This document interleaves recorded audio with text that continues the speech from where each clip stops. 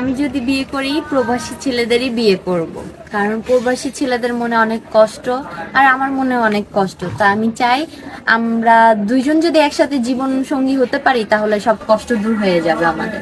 আপু, দেশে এত সুন্দর সুন্দর ছেলে থাকতে কেন প্রবাসী ছেলেকে বিয়ে করবেন আপনি? কারণ দেশের বেশিরভাগ ছেলেরা প্রতারক হয়, তাই আমি প্রবাসী ভাইদেরকে বলতেছি কেউ যদি আমাকে বিয়ে করতে চান ভাইদের সাথে যোগাযোগ করতে পারে। আচ্ছা, বুঝতেই পেরেছি। প্রবাসী ছেলেদেরকে বিয়ে করলে তো শান্তি নাই, সুখ পাবেন না। কারণ বিয়ে করার পর পর যে 2 মাস বা 3 মাস পর সে যে দেশের বাইরে আবার চলে যাবে, তখন আপনাকে একা জীবন যাপন পার করতে হবে। তখন তখন এখন যদি উনি আমাকে তার সাথে নিয়ে যেতে চায় তাহলে আমি যেতে রাজি। না গেলে ফোনে কথা বলবেন নাকি? হ্যাঁ, ফোনে কথা বলবো। আর 5টা মেয়েরা যেভাবে প্রবাসী জীবনযাপন কাটায় আর কি স্বামীর সাথে। আরেকটা কথা আছে, আমার ব্যক্তিগত প্রশ্ন, প্রবাসীর বউয়েরা সম্ভবত দেখি বেশিরভাগ পরক্রিয়া করে, আমরা বিভিন্ন জাত নিউজ পাই। আপনি কি করবেন? আপনি তো দেখতে অনেক সুন্দরী।